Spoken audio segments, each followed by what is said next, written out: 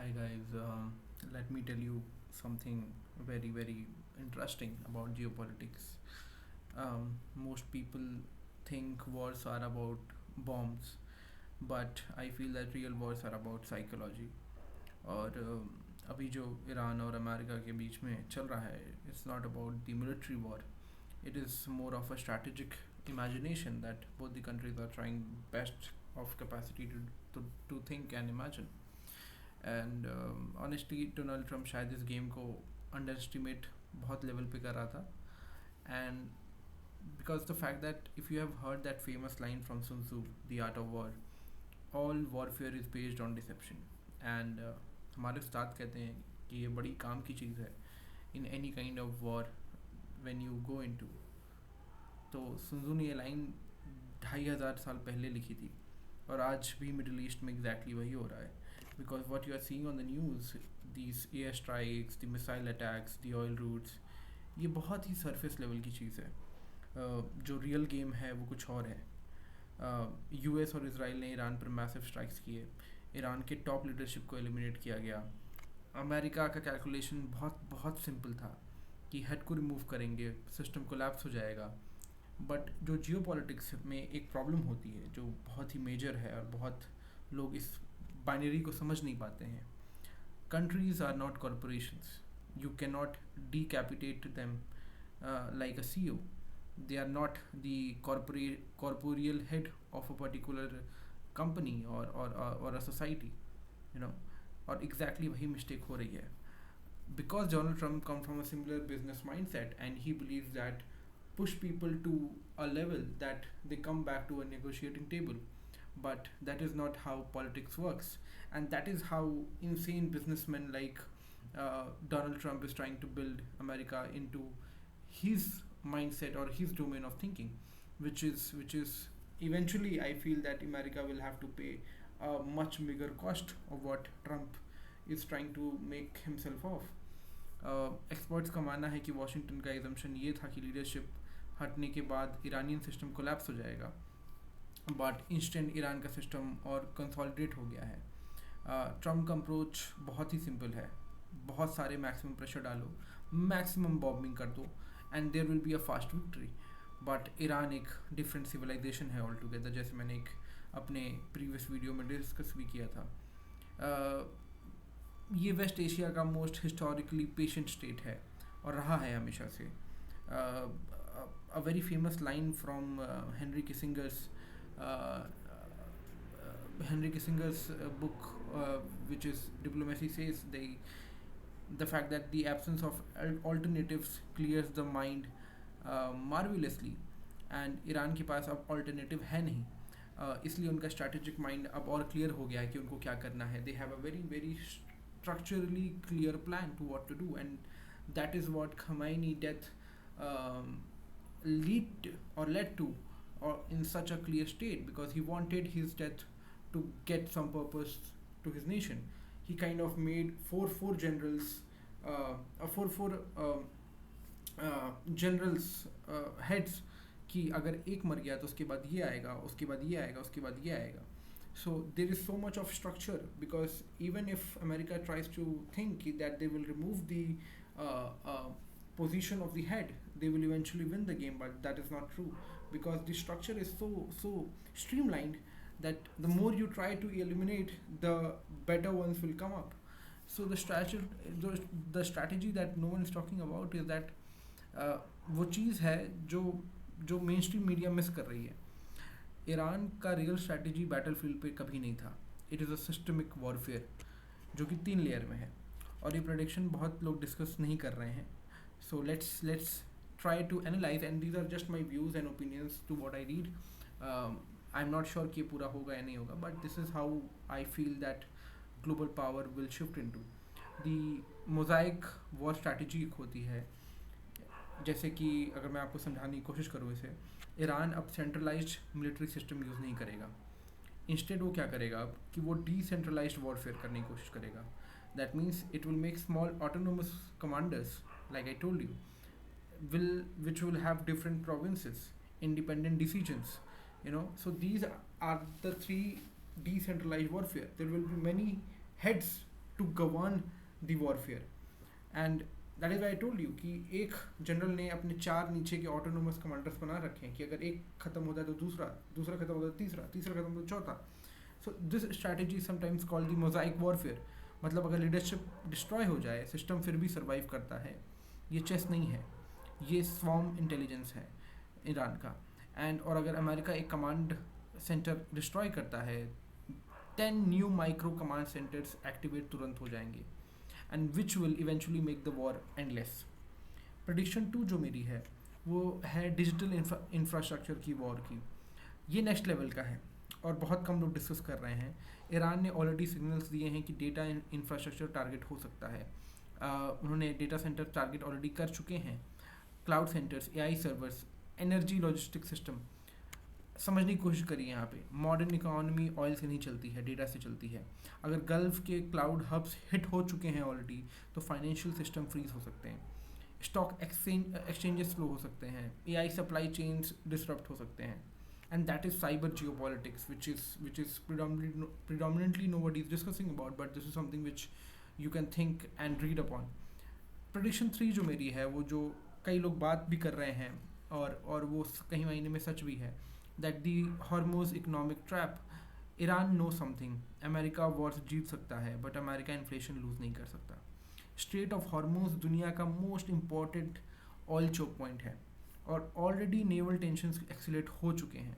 अगर shipping disruption हुआ तो ऑयल प्राइसेस स्पाइक करेंगे और इलेक्शन ईयर में ऑयल प्राइसेस डेंजरस हो सकते हैं. इसलिए मुझे लगता है कि ईरान बैटलफील्ड नहीं अटैक करेगा, ईरान ग्लोबल इकोनॉमी अटैक करेगा जिसका पूरा दोष अमेरिका को जाएगा.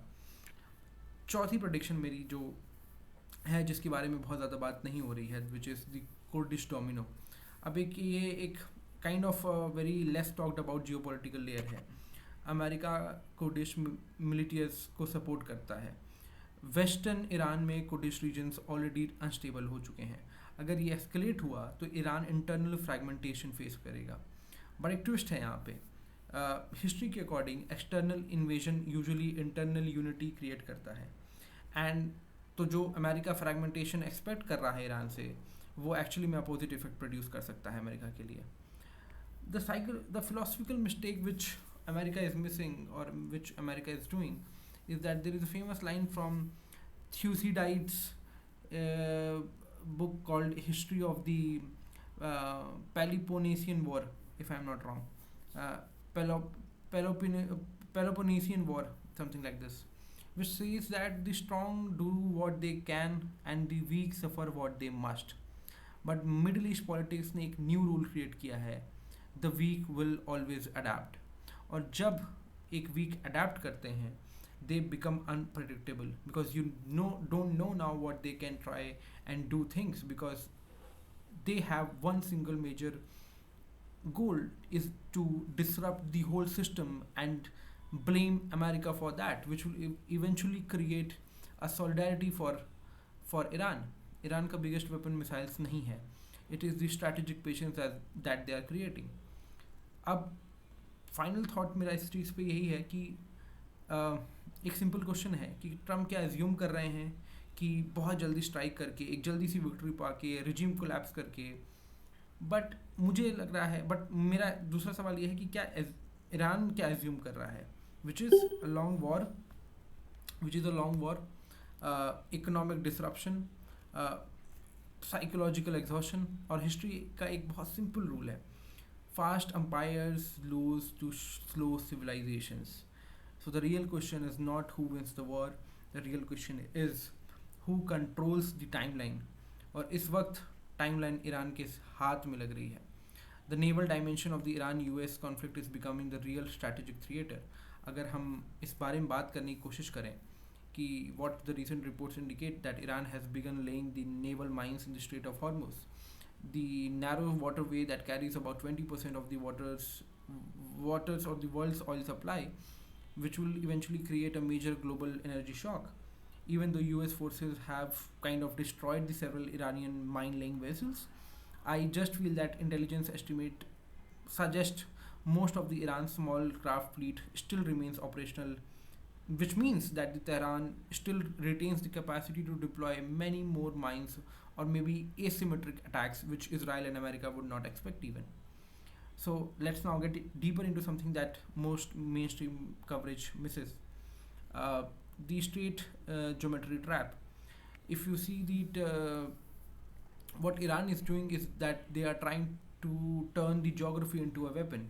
The Strait of Hormuz is extremely narrow, and अगर आप देखें at its tightest point it is about 40 kilometre wide, जहाँ पे बड़े ships जो होते हैं they move through two shipping lanes each only about 3 kilometre wide, तो मतलब बस 3 किलोमीटर का अंतर होता है.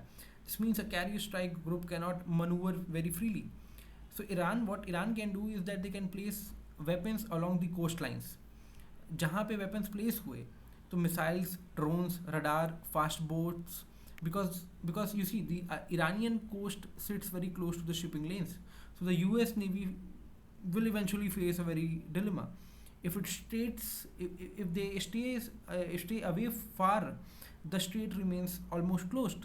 So if it moves inside to escort tankers, it enters into Iran's killing geometry.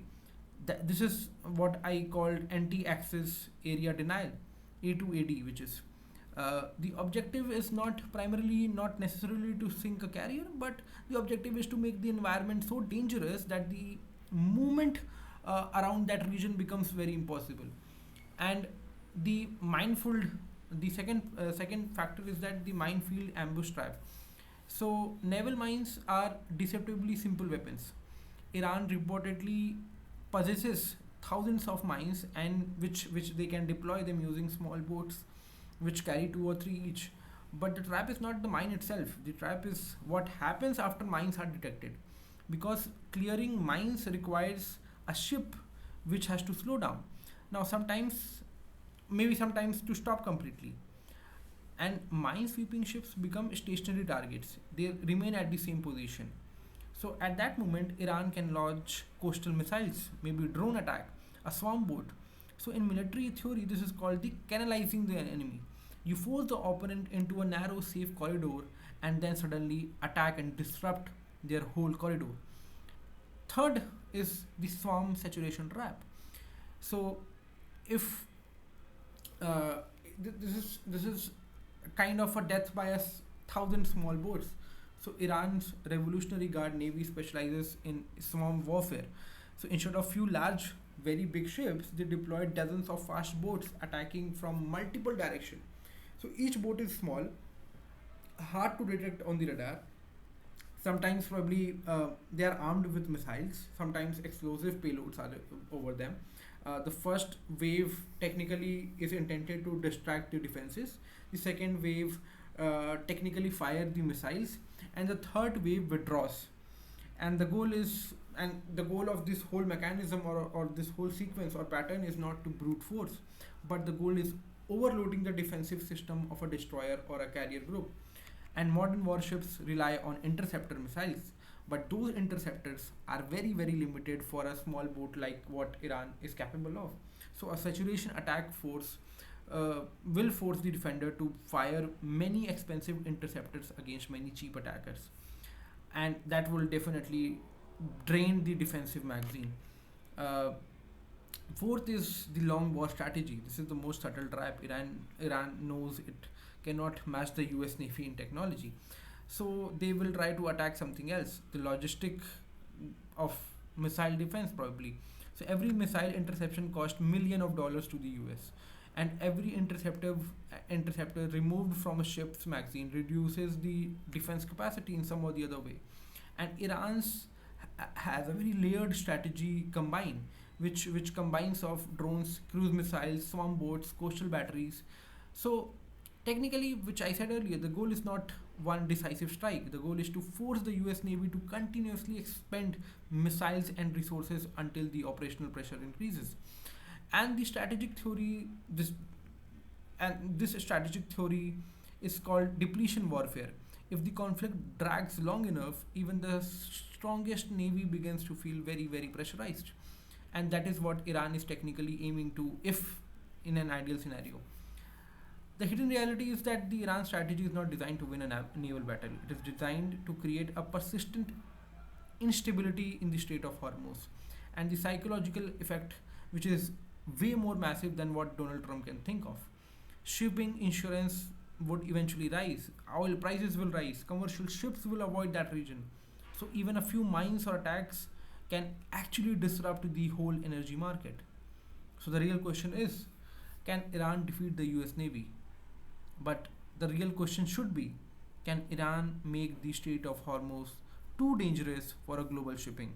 Because if that happens, the economic shock may be more powerful than what a military conflict itself can do. Thank you so much.